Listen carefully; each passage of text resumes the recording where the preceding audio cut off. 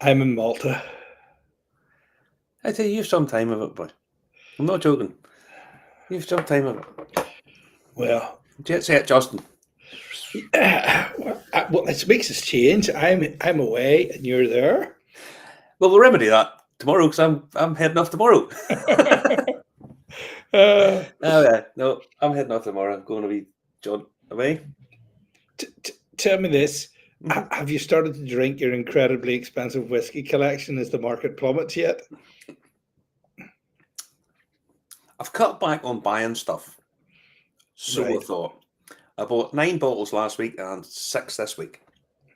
So, and I picked up some that I had lying at somebody's house. So I picked these up. You see this? I picked up a lovely friend of mine, Linda, had these for me. So Highland Park. Uh, Nice. this is the rowing club edition for Mm-hmm. up in the Orkneys. So that's a nice one. And then I picked up. I had this lying up at her house. This was a Glengarry, the Mm. Renaissance. That's the 17-year-old distillery exclusive. So I wanted a distillery and picked that up. I have to say, that's a nice whiskey. Very nice whiskey. So we picked that up. So I had that. And then, then I bought 2 of these. One of them will keep. One of them I will drink. Excuse me, I had some chili earlier on, and it's repeating on. This is Signatory Vintage, but it's a sort of strange one because this is the Edredire number 2. So Edredire, for anybody that doesn't know, just outside Pitlochry, is 200 years old this year. Okay, so they brought out as an bicentenary bottling. Comes with a rubber band, just in case you want to ping somebody in the fire something at high velocity at some wee ball head it way. So let me see. Bring that up. So this is their 200th anniversary bottling. Now Edredire is I think it's not anymore. I think it was the smallest distillery in Scotland. So what they did was they doubled production by building another tiny little distillery. So they're still only going to be making something ridiculously stupid, like 20 barrels a week or something. I mean, it's ridiculous how little they make. But they've built a brand new distillery. This is the first release from it. It's a 7-year-old, matured first of all sherry. So yeah, but that's for their 200th anniversary. This is their 200th anniversary release bottling. I have a fondness for Edredire because I was up many months ago, up there, and it was beautiful little distillery. I mean, it's just a postcard, Um, I think COVID struck, and now they've totally closed to visitors. They have big signs up all over this: "Do not enter, do not come in." Blah, blah, blah, blah, blah. But it was like a little postcard. It was a beautiful little place, and I'm really glad that I got to see it before it changed. Um, the whiskey, big heavy sherry. They normally do cask strength. Edredire straight from the cask, all that kind of stuff. The annual release stuff, because they don't produce a huge amount of stuff, but they have a very loyal but small following. And the fact now they've got a second distillery, it'll be interesting to compare that with their own stuff, just to see where it is. I mean, I'm sure that they're trying to make it pretty much like for like, I would think, but it'll be interesting to see what's going on. But yeah, so that's a few of the bottles that I've picked up this week. What else do I have? Oh, well, that's not a new one, but this is the Summer-led Club, Sam McDonald's bottling. I give a guy whose whiskey knowledge I do rather respect some samplings, and he says, "That was okay, that was good, that was all right, I enjoyed that." He says, "What was the other one you give me?" And I says, "Oh, the Summer-led bottling." He says, "That's fabulous stuff." He says, "What exactly was that?" And I told him what it was. He says, "That's an amazing cask." And he's right. That's for a whiskey purist, this is a fantastic whiskey. I mean, really top drawer stuff. But yeah, so of drinking a little bit of that. But it's available in top drawer places, but isn't it? Well, you can buy it at Fortnum Mason. Sam has it on a website. You can pick it up from him over in Hurth in Belfast, up Ballyhackamore. So yeah, you can buy it. And it's quite expensive in terms of, people look at it and go, oh, it's only an 8-year-old whiskey for 125 quid. In Fortnum's, now that's expensive. It is expensive at that price. But Fortnum and Mason, the clientele there's, a couple of I know you'll be able to get it cheaper other places than Fortnum's, if you know what I mean. They obviously have a premium, but it's probably around £100 a bottle mark. But it takes an awful lot to find the casks of that quality. That's kind of what you're paying for, So yeah, it's a lovely whiskey. It takes a little bit of work, but it's like all good things, It's not, you're not doing shots. It's you put water in it, let it settle, chill it out a little bit. I don't say chill it, but you let it mellow out itself, find a spot, and drink it and sip it. It's a beautiful whiskey. It really is a top drawer whiskey. So it is. But that's some of what I've bought in the last few days. Okay. But you're going to be traveling through Schiphol. You're bound to see stuff there that you want to get your hands on. Probably. But we'll see. A couple of whiskey bars that I want to check out when I'm over, and that kind of thing. So I'll do that. Whenever I head over that way and see what's what. Okay. A lot's been happening while we've had a sojourn, hasn't it? It's fucking busy, just constantly stuff. This week I was looking after Stevie's pub, so I kind of had a bit of, I say, free time. It's not that busy during the week, during this time of the year. But you wouldn't run a pub full time. Fucking hell. You'd love a pub. As a matter of fact, the penultimate thing is a pub tonight. Oh yes, well, we'll explain about that. But yeah, he couldn't work on it full time. I mean, what he does down there, nobody else would ever do that. 24/7. He's at it all the time. He never hardly leaves the place except for whenever he goes on holiday. It's just nice people coming in and a bit of chat and banter with them. But then you also get the assholes, and I had a few of them this week. It's like, fuck's sake. But I can't imagine you would get assholes in places like that. All pubs. Once people if you're sober and they're drunk, the asshole brigade start to appear. It's like, zombie, oh, and you beat the fuck, But you just, it's just ridiculous, ridiculous. What people think they can say and get away with it, But yeah, there's Andrew McAllister, and I haven't heard heighten or hair of him for a while now. Hope Stacey's keeping okay. But yeah, so while you've been sunning your wee baldy head, I've been grafting, Justin. I've been grafting.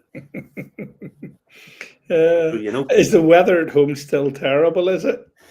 It was all right there today. Yeah, it was okay. It wasn't brilliant. It's October in Ireland. What the fuck do you expect? Well, I want some global warming. Where's Greta Thunberg's promise? Where is it? Greta Thunberg. Aye, no, it still is bad. Still is bad.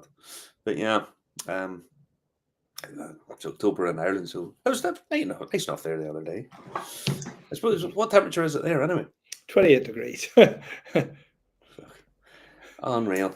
Yeah, I know. It is unreal. It is unreal. Mm-hmm. Absolutely unreal. But yeah, yeah. So you're an hour in front of me. So it's 11:10 with you. It is. It just dawned on me. It's 10 past 11. Past your bedtime. You're normally snoring away. There was one night I was that knackered. I was in bed by 7 o'clock, and I woke up at 10. But I'd been up from 7, like it was a 12-hour day. But tomorrow I'm going to Marsalloch to the fishing village, and I'm going to a seafood restaurant for my lunch, I think. Oh, lovely. I know. God, I might go swimming in the sea as well. That'll be you with the speedos on jumping into the harbour. That'll be some. I don't have hyper people. Speedos. I don't have Speedos. Where are they? They shoot them. They're like just swimming shorts. I don't have Speedos. Yeah, no, I can just picture you darting through the water. You're throwing things at you. Oh no. Yeah. Right, well, we tell about stuff what's been going on whiskey wise. We better do. Yes, Robbie, I'm looking nice and relaxed. Nice and relaxed. He always looks nice and relaxed because he does very little of any sort of work of any description. Right. Okay. But no, we'll run through a bit of some stuff that's been going on. First up this week, there was a Northern Ireland Distillers Conference. So 50 industry professionals talking about the industry and moving forward. So there was bits and pieces that come out of this. Obviously you're not going to go through the whole lot, but it was the Northern Ireland Distillers Conference 2025, in partnership with Invest NI. The whole focus of it was on growing influence both locally and internationally, highlighting opportunities and challenges within the sector. So there's some good guys there. There's like Joe McGurr and whatnot, folk there. Milan Havlik, who we know used to come up to whiskey tastings with us. So yeah, really nice guy. But there's some stuff they're talking about. Some vouchers for some of the smaller guys, which could really help. Just a little bit of injection of cash and so on. And what they say is that generally it's all positive, but there's a few little things they say that still fragment it. Yeah, well, you can't have something that's all together in competition with each other. So it's obviously going to be fragmented in many ways. But there was one little thing on it that really caught my attention. Where was it? Because Albert Hamilton, Chief Executive Officer and founder of Card Group Research and Insight, delivered an insight into customer sentiment on Northern Irish whiskey. And he said Northern Irish whiskey is seen as a more classy, contemporary and exclusive, while Irish whiskey is considered more social, timeless and by some better value. I would beg to differ that anybody sees Irish whiskey as better value, because if you go, I've been asked numerous times, certainly when I'm in the States, why is it so expensive? I don't think there's too many people think Irish whiskey is better value. Now, I think what he means is Northern Irish whiskey in comparison with the whiskey from the Republic of Ireland. I would argue that a lot of the established brands, I mean, there's no small producers going to be able to really compete with Jameson, but in terms of better value, there's not a better value whiskey than Black Bush. So I don't understand that statement in any description, to be honest. But yeah, generally it's quite positive. It's it's saying it's sustainable and there's new key areas and new innovation and help for Northern Ireland distillers. So that'd be fingers crossed. They weather the storm is currently happening. A storm is coming, Marty, isn't it? Well, it's already came. I mean, it's already come. We'll talk a little bit more about that in a little bit. But I'm not going to be able to bring on-screen graphics for some reason tonight. It could be some of them are showing up and some of them are not showing up for some reason. It could be because I'm in the EU or something like that. I have no idea. Can you not bring up links or anything? No. Some of them will appear, but for some reason, this one from Northern Ireland won't appear. It doesn't appear in the list, even though it's open. Probably our MLAs haven't got a backhander, so that they haven't authorised it or something. Yeah, something like that. I don't know, but it's bizarre because Facebook's in the list, Boan is in the list, but Department of Agriculture Northern Ireland won't appear for some bizarre reason. Anyway, we'll move on. Hold on. There's a time lag. There must be some sort of time lag. So A time lag in Northern Ireland? well, no, I don't know. It wasn't in the list when I looked at the list, but now it is in the list. So Aye, a time lag in Northern Ireland. Imagine what a shocker. well, it's only 10:14 there now, isn't it? No, aye, just about that. Yeah, 10:14. There you go. You can check out that report from the Agriculture, Environment and Rural Affairs there Yeah, if you want. But yeah. there was some strange stuff wording in that page, wasn't there? Aye, as I say, it's interesting. I mean, they're not going to tell you everything that was said in it, but there's a little bit of a report just telling you that there is confidence and there's competition and there's help for some guys as well. So, that'd be a good thing. Now, across the water, over to Islay, and Lagavulin, the mighty Lagavulin, have got themselves a new tartan. So they've decided that they wanted a tartan. I was trying to explain to people, tartans, do you know what a tartan actually is, Justin? It's an identifying of a clan. Mm-hmm. Their gang colours is essentially what they are. These are the sort of 16th, 17th, and 18th century gang colours in Scotland. Because that's essentially what they were. They were a way of identifying your clan or gang versus the other ones. So Lagavulin have decided to join that club and got their own gang colours. They've got their own tartans. So there's a little video. It's on Lagavulin's page. Can you play it? Keep talking because there's a lag. Keep talking because there's a lag. Oh, I can't do it now. Here we go. In the studio, creativity surrounds us. Swatches, sketches, and tartan studies line the walls. At the center sits a bottle of Lagavulin's 16-year-old single malt Scotch whiskey, a quiet totem of smoke, time, and tradition. This journey begins with the Lagavulin distillery on Islay. Deep greens echo the mossy cliffs, amber lines glow like the 6 copper stills. Like Lagavulin itself, the pattern balances richness and smoke. From New York City, where our studio was born... Wait, that clap off. Don't know. We'll go back again. In the studio, creativity surrounds us. Swatches, sketches, and tartan studies line the walls. At the center sits a bottle of Lagavulin's 16-year-old single malt Scotch whiskey, a quiet totem of smoke, time, and tradition. This journey begins with the Lagavulin distillery on Islay. Deep greens echo the mossy cliffs, amber lines glow like the 6 copper stills. Like Lagavulin itself, the pattern balances richness and smoke.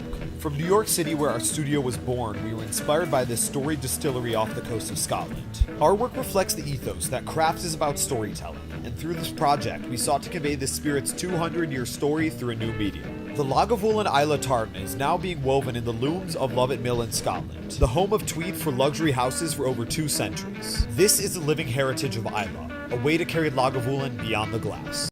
There you go. So Lagavulin has its own tartan. You can get all manners of clothes done up in it, and so on and so forth. Whenever they say it shows smoke, I'm not really sure what they mean by that. How can you show smoke on clothing unless it's on fire? Well, it was like a grey, blurry tartan to me. Okay. All right. Aye. Listen, you wouldn't go down very well at Milan Fashion Week, would you? No, but I definitely would. I could say, but there's a bottle of Lagavulin is sitting there. While the way we make up these tartans, all right, half roads down the bottle, cutting in the straight line. Oh, I'll do. Get on them. If they complain, we'll put the heat on them. You know, do you know what I mean? All sitting getting tanked up in Lagavulin while they're making your tartan.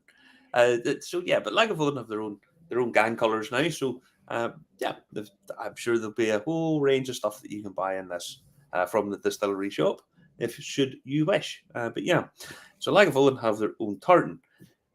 Ardbeg now has Ardbeg House Hotel, which is, how many rooms did we say it was? How many rooms did I say it was? 12 rooms on the beautiful island of Islay. And if you go on, it's the former Islay Hotel. The 12 rooms are all done up. So you have the Feis, the Founder's Room, the Smoke Room, which I'm sure you're not allowed to smoke in, the Wild Room, the Legend Room, the Wee Beastie Room, the Rebel Room, and they look quite funky.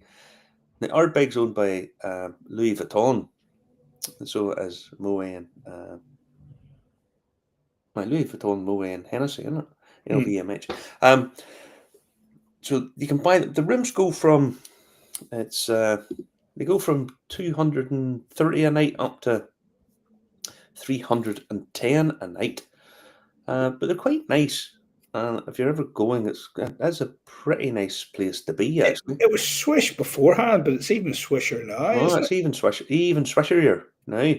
But it's on the corner, and Ardbeg is actually about 3 miles up the road from that. If you go into Ardbeg, remember I was in Ardbeg last year, and you go in, it's a bit funky. You walk in and it's like, I remember making it looked like Picasso's toilet kind of thing. There's a bit of a weird sort of decor to it, but the rooms look quite nice. I'm sure they're going to do quite well out of it, I would think.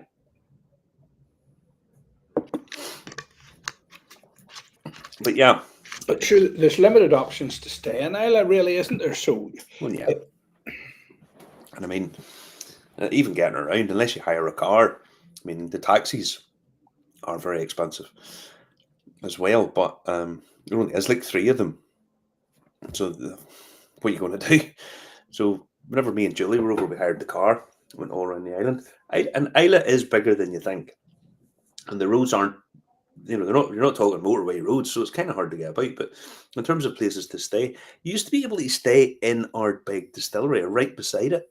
So they had a couple of rooms up there, and I can't remember. It was quite expensive too. I remember looking at staying in it, but it was quite expensive, and you had to book it for. It was potentially a minimum of 2 nights, maybe 3. So by the time you'd done it, it was going to be really expensive. But yeah, but if you are over there, the new distillery, a friend of mine sent me some pictures of how it's coming along. So the 3 distilleries road's going to now have 4 distilleries on it. And it's apparently the new one is going to be someplace by all accounts. Friend Nigel's working on it as we speak. And are these going to go ahead despite the current situation? Oh yeah, they're well through it. Like these guys are. If they go, no point in them stopping now. But yeah, they'll go through it. And Scotland, it seems like what down Scotland will weather the storm easy enough. It's the same as ever, and some people will struggle badly, and other ones will be fine. But yeah, that one that'll be going ahead. That'll be okay, and that'll be that. So yeah, now also staying across the water, we've got our favourite little place, Campbelltown. I do love Campbelltown. It's just a really special little place, and it's nice to see new things happening in it. So there's 2 new things. Remember our friend Mark Watt of Watt, who we were on with for about 3 hours one night? Mm-hmm. Really funny, nice guy. So Watt Whiskey, independent bottler based in Campbelltown. He's actually opened a physical shop. So he has. And fingers crossed, I should be able to share the screen. Can I? Oh, hang on. I can. So this is him walking into the shop. Mm-hmm. Yeah. Now, this is not high tech. He hasn't got himself a DJI gimbal camera in this, So if you get seasick watching this, it's not our fault. But yeah, he's opened up a little shop. I thought I had a couple of bottles of whiskey here, but they're gone, which tells you all you need to know about how good his stuff is. Mm-hmm. As you know, Justin, I like to keep quite a lot of stuff and not just finish off the bottle. I tell you, his stuff is really good. I mean, he's picking these up, and I tell you, I like his stuff. I like him. I like Campbelltown. I like him. I like his product. All the stuff that I've tasted, and yeah, best to say Bowmore Town. Yeah, as I say, it's horses for courses. I mean, Port Ellen's a really, really cool place. All the bars up around there, the whiskey bars and so on. I mean, Bowmore, just sitting down there with beside the swimming pool is really handy to get around too. But yeah, there are places to stay, but it is limited. But again, it's a bit like if you go to the Isle of Man. Isle of Man's a lot bigger than Isla, but there's still a limited amount of places to stay. It's just unfortunately there's no point in building a 100-bedroom hotel in Isla because you'll never fill it. So you're always going to have limited options.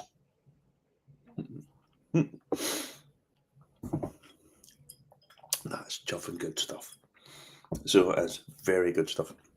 Anyway, so that's a new shop, but they're also getting a new pub in Campbelltown because Colin from the Tipsy Midgie in Edinburgh, a cracking whiskey bar, and it's all based around him. The guy that owns it, he's got a really nice bar up beside the Holyrood Distillery in Edinburgh, or Edinburgh, as my American guys like to call it. Even though you say it about 50 times, Edinburgh. But yeah, he is opening another pub on Isla, or in Campbelltown, I should say, and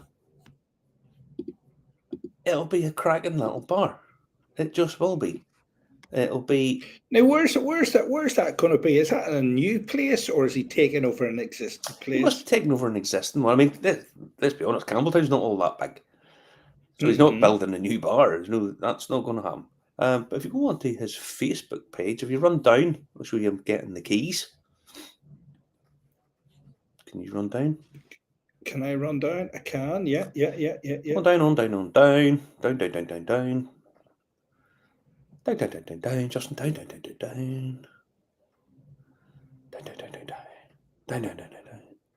There we go. So click where it says see more, and he'll tell you a little bit about it. So that's a few days ago. So he'll be getting it kitted out and doing what he needs to do, and it'll be a cracking bar. Because he's got a really nice way about him. His bar in Edinburgh. I mean, that's a long way away from Edinburgh. I know. But is he going to divide his time between there and there? I mean, it takes half a day to get there. Longer. I mean, to get from Edinburgh over, it'll take you a fair while. But no, as I say, he is opening a new bar, and hopefully it's a success. But those 3 new distilleries that's supposed to be going into Campbelltown, new whiskey shop opened up, new whiskey bar opening up. I mean, I said it 2-3 years ago. Campbelltown's just on the verge of going and going a bit stellar and getting bigger and bigger and bigger, and it deserves it because it's a cracking place. I mean, it's so handy to walk about.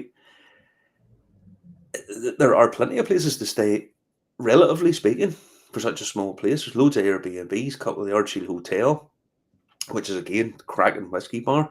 So there's loads of nice things to see and do up there. And the more that there is to do, the more people will come. The more people come, the more stuff will be. Blah blah blah blah blah. And yeah, as I say, a cracking place. Love it. Some cracking places to eat. Remember the black sheep. Wait, the haggis nachos. Haggis nachos. Heartburn. Somebody didn't believe me they're a real thing, but they are a real thing. And they're absolutely out of this world good. Honestly, it was somebody was stationed at RAF Macrahanish back in the day. They were over there for a while this summer, and I says, "Don't go in and get them." And I don't think she actually believed they were a real thing. She thinks I'd made them up. Imagine somebody thinking that you were bullshitting, Justin. They've obviously. I don't know. When I tell the truth, I think it's a lie, and when I tell a lie, they think it's the truth. Oh, yeah. I know. But yeah, as I say, I'd have made a great spy. It's funny. Every time I look at you, all I can think of is James Bond. That's yeah. As a film, as a sort of character. If I seen you as a character actor, James Bond is what would spring to mind.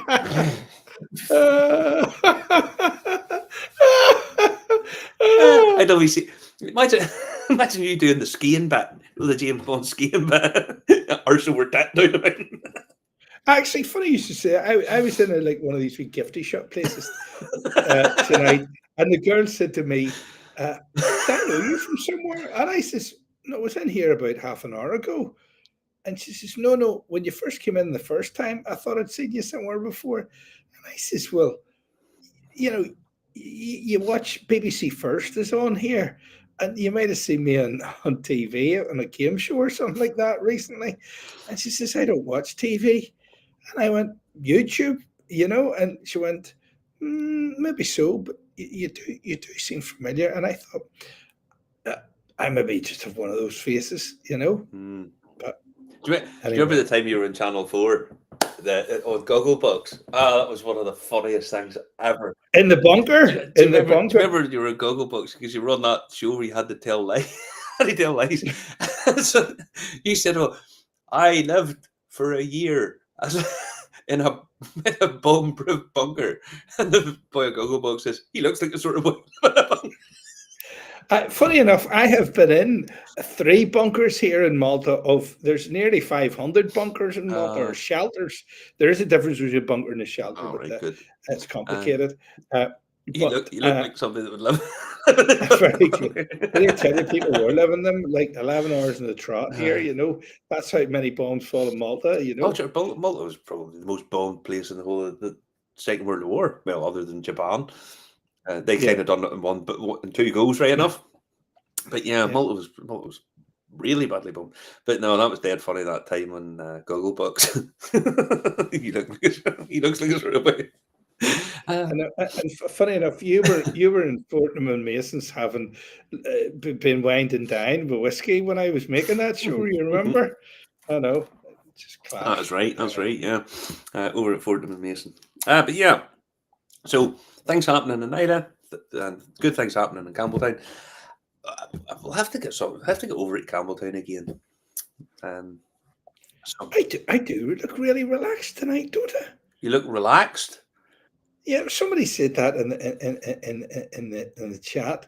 They thought I looked really relaxed tonight, and I thought, gosh, I'm just looking at myself, and I thought, God, I do look relaxed tonight. I got my hair cut here. I got my hair cut in. I won't try to say the name of the place because it sounds like Big U or something like that, Aye, hang on, I haven't seen the chat. Justin in Budgie Smugglers, William. That's an image I can't get out of my head now, boy. Justin in his budgies. Anyway, no, I'm just running down there. I'm just running down some of the comments because I wasn't bringing them up there. An amazing, our jam says, an amazing display of Lagavulin heritage in an American accent. Yeah, it's... Yeah. Oh, we missed that. Oh, no, we picked up on that. We got that. But he, they designed it and then it's been made in Scotland. So, yeah, it's heritage. But then, I mean, Lagavulin did that tie-up with your man Nick Offerman, Ron Swanson. So, yeah, it was... Is it not time for a wee trip? Was that a group trip to Campbelltown? I'd be up for that. You wouldn't be in the weather on the North Channel this while back. Well, what we could, it's not beyond the realms of possibility. We could organise some. The only problem is, anytime you organise a boat, it's a nightmare because the weather it just changes. I mean, me and Julie went we flew over, and then me and you went in the bus. Do you mind? And that was beautiful. Coming down all the way down on the bus. It was great, but it was really nice weather. That was it. Mm-hmm. Stopping off in Inverary for an ice cream. Do you mind? Mm-hmm. Mm-hmm. I don't think I had an ice cream, but I think you maybe had at least 2 anyway. And then we got the boat back in the morning. And that's right. You went to sleep, and I had about 2 fries. That's right. We went to the Isle of Arran on a Saturday morning. And as soon as I got off, first thing we got off, there was a big warning to stop you talking about getting Legionnaire's disease. Then we walked up, the place we were going to was closed, because obviously you were there, so that was closed. It's funny that happened to me today. But anyway. It was pissing out the heavens. Then, do you remember we walked up, there was a door that somebody had obviously blew in with a shotgun, I was like, what the fuck am I doing here on Saturday morning? And you're like, oh, I thought it'd be fun to stop here. Well, it's fucking not. I love Aaron. I was I love And I Aaron. was like, what the fuck are we doing here? We walked up the street. That took about 5 minutes. We got soaked. Got warned about Legionnaire's disease. Saw that obviously somebody had tried to blow somebody's head off with a shotgun. And the place we wanted to go and get something to eat was closed. Yeah, Oh, typical Justin. But yeah, that's right. But no, we could maybe try and see if we could do something. It'll be ages before we get a chance, guys, because I've just booked up. I have 3 trips between now and the end of January to do. So yeah, I don't know. It'll be good. A trip is overdue. Everyone loves a day out. Aye, it's just getting time. I mean, nicely getting back to work. And the thing is, the nature of the way me and him work, just during the summer, I mean, we're just booked solid. This is the first year really since COVID that has been sort of back to busy, you know, and just getting the time to do anything. I mean, I if everything goes according to plan, my schedule's basically booked up to the middle of April, and I've people asking me to do stuff that I'm going to have to just say no to because I don't think I would in any way be able to fit it in. And then this incoming week looked like I may have looked like I was going to get work, and then it sort of fell through. So I found myself with a few free days. Just get myself away to fuck. Go somewhere, just get my head showered. Working in the pub is a bit change is as good as the rest, like, but it's a bit tricky. But we'll maybe have a look at something. Maybe see if we can get a bit of a day out, even if it's local. We can maybe see about getting a day out somewhere. What do you think? you need to do something. Yeah, it'd be nice because there's loads of people here we haven't bumped into. It'll be 2026 before it happens, but you know It could be. But yeah, as I say, it'd be nice to get caught up with Stacey and Andrew and Declan and that, and Darren and William and so on. There's our Laurie. Laurie's always welcome. To do anything with us. Such a nice guy. Troy, I did a tour with Troy there.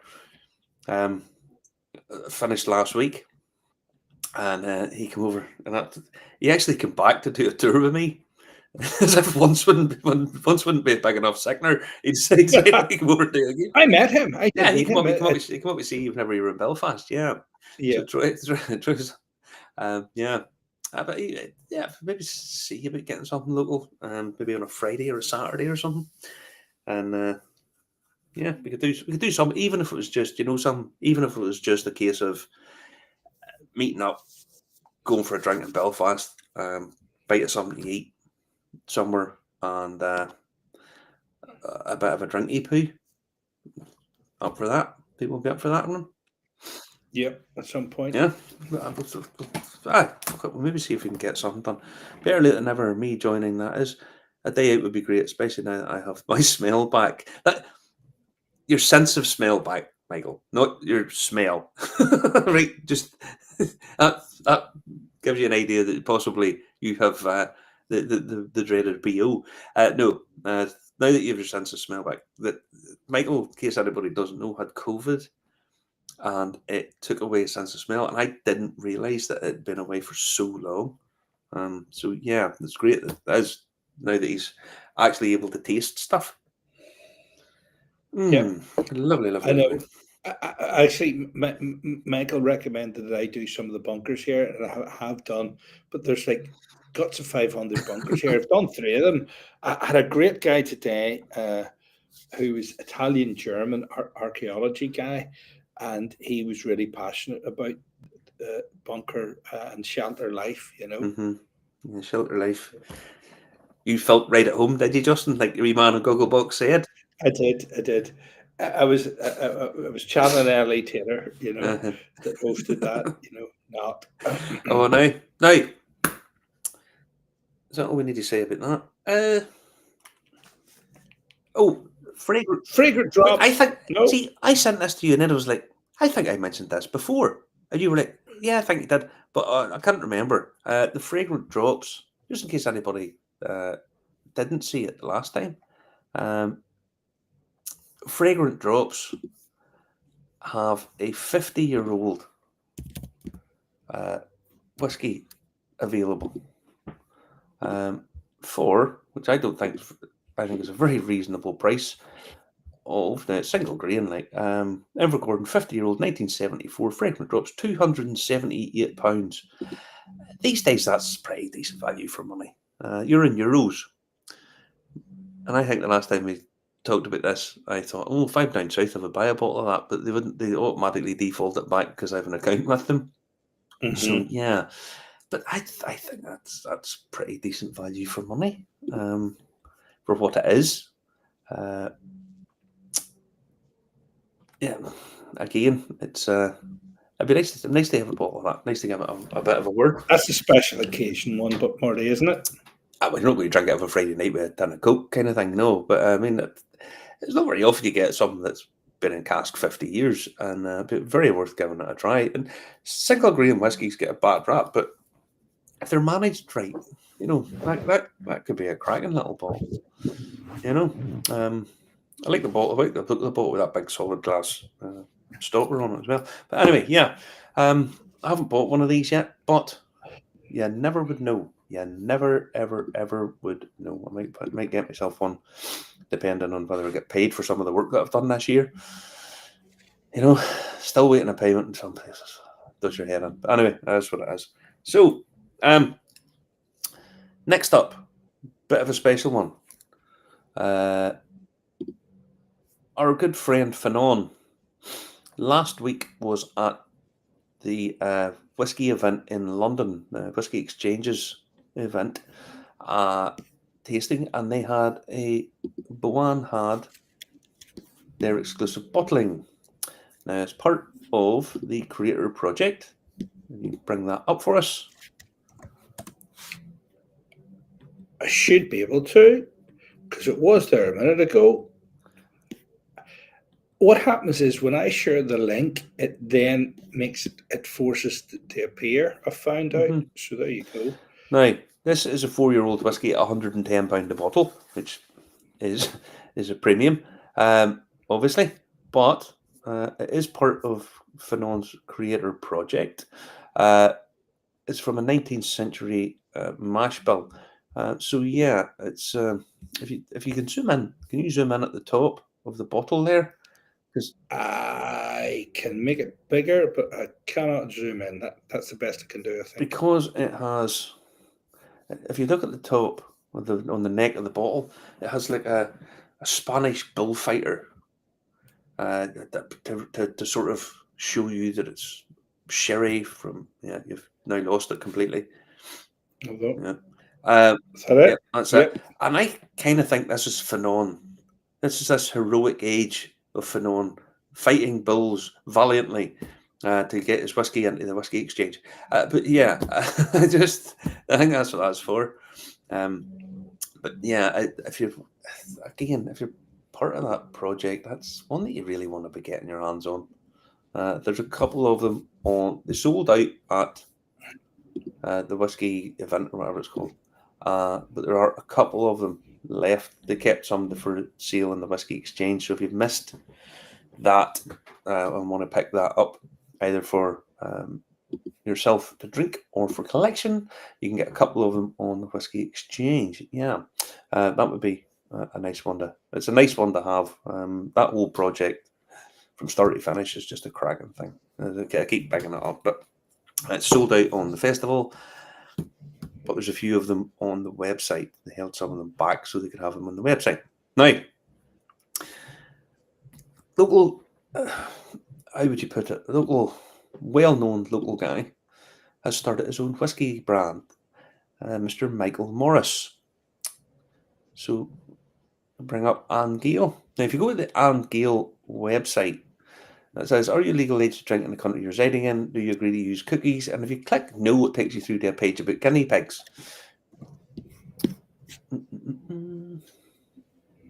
Hold on, should be able to do it. Has it? Oh, it's at the top. There it is. Here we go.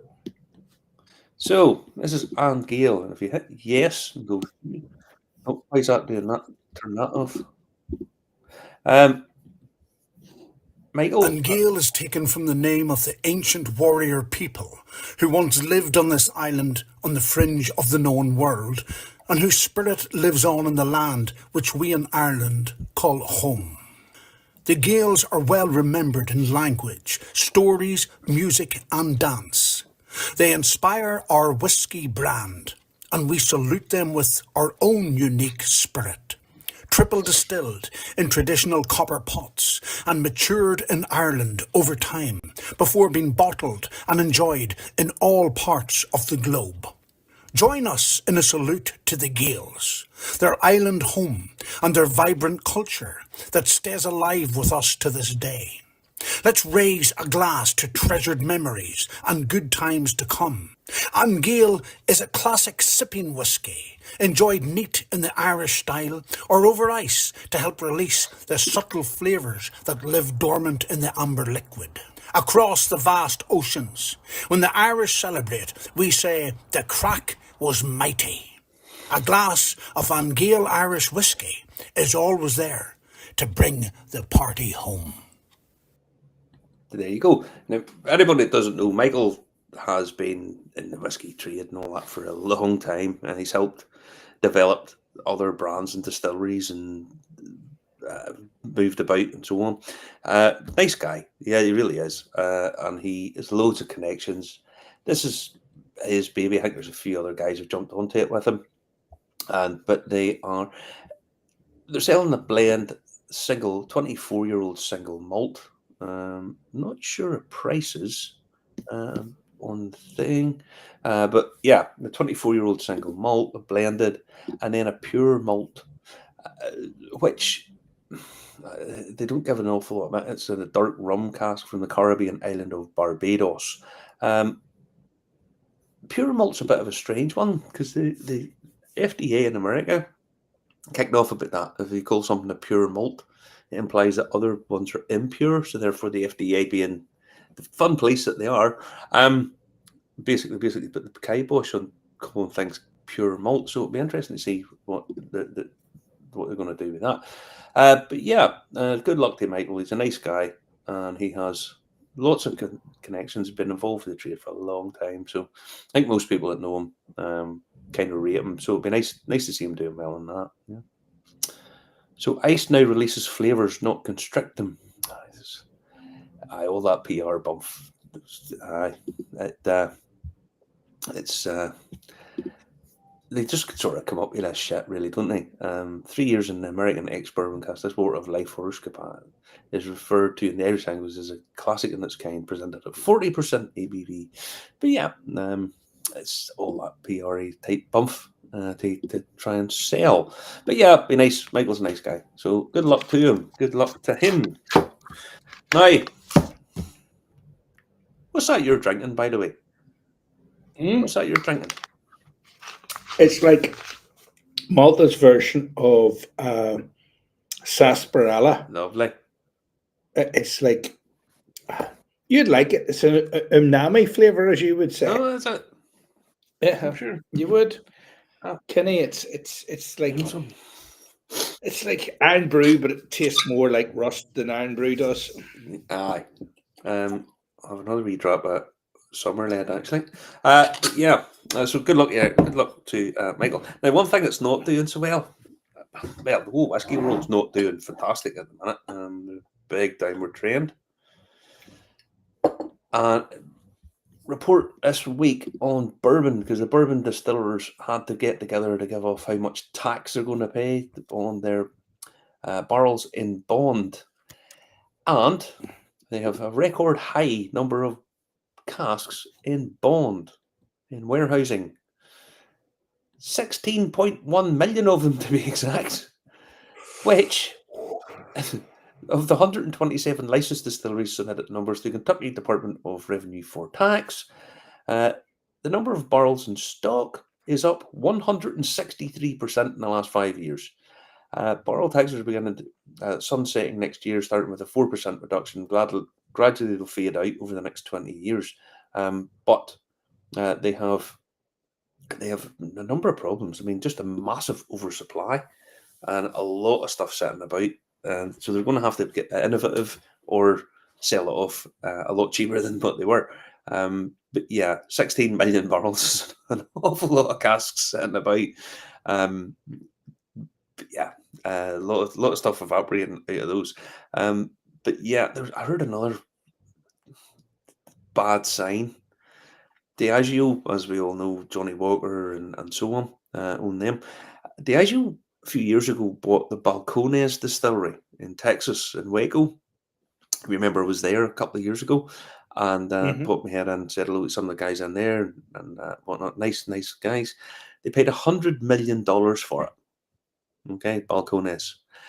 And I read there a couple of weeks ago they've laid off all of the production staff. All of them gone. I understand the strategy of buying your competitors out of business, right? But why spend 100 million if they were going to maybe falter? You'd have saved themselves 100 million, and you wouldn't have to worry about it anyway. Honestly, I can only but think that they didn't see it being just as bad as it is now. I mean, you have to remember, Diageo, I mean, they've more money than God. You know, I mean, they make billions every year. So I don't know. God's pretty strong here in Malta. I don't think they have as much money as God. I would say they probably have as much. But yeah, I mean, 100 million, that's a lot of money. But I mean, it's a business decision. But to lay off all of your staff, Balcones, for anyone who doesn't notice or know, is a sort of flagship Texan whiskey, sort of innovators. They did mesquite smoked and all this kind of stuff, things down in Waco. And then because they were doing so well, they moved over and bought an old railway yard, so they had a much larger presence, much larger distillery facilities, and to see it all gone, they've only got tour guides in it now, and you know you're doing tours around something that's not working. So yeah, it's sad, but there's 19 production staff and they're all laid off. So that doesn't bode. It doesn't show an awful lot of confidence in the American whiskey market, and if they're shutting that down with no real sign of it starting again, that's a very poor showing, you know. Mhm. But yeah, anyway, Okay. whiskey auction report, whiskey.auction has set out a 10-year report in PDFs format where they look at what's been going on in whiskey secondary market, and what they have seen, what they think is trends, what's went up and down, what peaked, what's so the likes of, they get through a few of them, so the likes of your Port Ellens, your Hibickies, Springbank, for example. Much of the attraction of Springbank lies in its stubborn refusal, or possibly inability, to change its production methods. So Springbank, it has over the last 10 years just up, slight dip, slight dip, slight dip, back up again, heading back up again. The likes of Glenfarclas are way up and back down again. So they're basically just saying about selected ones that do really well. For some reason, I didn't notice this. If you go to the White Horse, you get that up. Scroll down until you get to White Horse, page 17. I didn't realise it was quite expensive, and then it dipped away down, and then in the last year, it's basically sort of went up by about 150% in the last year. So just boom. But yeah, nice bit of reading. Haven't had much of a chance to read it thoroughly, but of what I have read, it's been pretty good. Future focus, supply and demand. Moving forward, it makes sense that the brands featured in this report and other similarly well-loved whiskies and spirits will be the ones that return to growth first. Exactly. But yeah, so it's talking about investments and so on. But it goes through just some select brands and what they've been doing and where they are, and some of the ones that have seem to be weathering the storm. Springbank's the obvious one, but yeah, it makes a nice bit of reading. Can you put that into the thing so people can download it if they wish? I don't have the link for that, Marty. I don't think. I think you sent me the file. Yeah, it's a PDF file. Can we put it up on Facebook so anybody wants that can download it? I can. I'll be able to put it in Facebook. Can I? No, I can't. No, you need to send me the link. You need to send me the link. Well, it's a bit of a strange one because you have to have an account and log in. It comes up on your account homepage. Right. Yeah, but yeah. I say it makes decent reading. I'm sure there's a way we'll get it put onto Facebook or something like that. But anybody wants to read it. So yeah, it makes interesting reading. I haven't thoroughly went through it because I've been busy. But yeah, it's just giving you an idea of what's been going on and what they think's going to happen. Now, weird whiskey of the week is that there has now been an Antarctic whiskey at La Alazana distillery. They took Lila, who is the founder of La Alazana distillery, took a cask of whiskey from Argentina to Antarctica and left it there for 3 years. So we now have an Antarctic whiskey. So it's why not? If you can do these things, why not? In 2022, Nestor Cerolini, they have 2 casks of whiskey for maturation at the Antarctic base of Marambayo. 3 years later, Lila, co-founder of La Alazana, travelled back to the White Continent to bring it back for bottling. They now have the world's most southernmost whiskey. And as everyone knows, I love a gimmick. That's this kind of thing that I go, yep, good on you. Do something a bit different, bit funky, a little bit different, and just, yeah, why wouldn't you? If you have the capacity to do it, just do something so that gets people talking. And I do love a good gimmick. Enjoy with ice. Yep.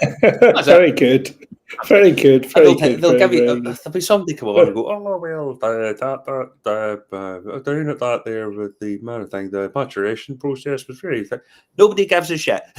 Nobody cares. It's a gimmick. Just say, oh, we done it just because we could. There you go. That's all you need to do. You don't have to. I will just say this: that not the Malvinas, the Falklands. No, that's all right. Malay's there. We'll be all right. He seems like a fucking headband anyway. But yeah, as I say, it's a bit gimmicky. The reason that this popped up sort of caught my attention more than just being a gimmick is because I just finished reading a book about Tom Crean and his pub, the South Pole Arms, down in Enniscole, down in Kerry, or the South Pole Inn, I should say, is up for sale. As is Stevie's pub down here, as is the Coast Road Inn. Both pubs in Glenarm are up for sale. And everybody's crapping themselves in case it doesn't have a pub. But yeah, but Tom Crean's bar is up for sale, €450,000. If you haven't read about Tom Crean and Ernst Shackleton, An Unsung Hero is a book about Tom Crean. Honestly, it's just, if you don't know about these guys, you really should. I mean, these days, people going about, my hero is Luke Littler for throwing darts or something. I admire the guy. I love watching darts. These guys were mental. I mean, just what they went through is just out of this world. But yeah, if I had the South Pole Inn, I would definitely be getting a couple of bottles of the old Antarctic whiskey bought up. Without question, you'd be on there as quick as you possibly could. But yeah, as I say, if you've never read about Tom Crean, you really have to because it's unbelievable. But yeah, Antarctic whiskey, South Pole land.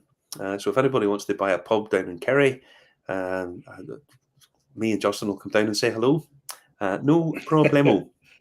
But yeah, that'd be nice. So yeah, that's basically what has been going on. I've picked out of the whiskey world the last number of weeks, the last couple of weeks, and I do apologise, guys, we're not on every week, but it's just been flat out and hectic, and he's been away, I've been away, working late, and so on and so forth. But we have missed you, honestly, and I'd love to get a night out with us at some point hopefully in the near future. We'll try and get something organised if we can. Yes. Aye. Good to be back. Thanks for everybody that contributed tonight. You know, a lot of people were saying, Shane Foley was saying, I missed my notification saying you were on. That's it. If you hit the like and the bell and the subscription, it's free. You'll know when we're on, and it doesn't matter if you can't join the live show. You can watch it again. But yes, But sporadically we will be here. we will try our bell on as much as we can. But as I say, it's just it's kind of tricky, kind of tricksy at times, you know. Okay, great stuff. Aye. Thank you very much. But listen, stay safe, everybody, and hopefully get talking to you all soon.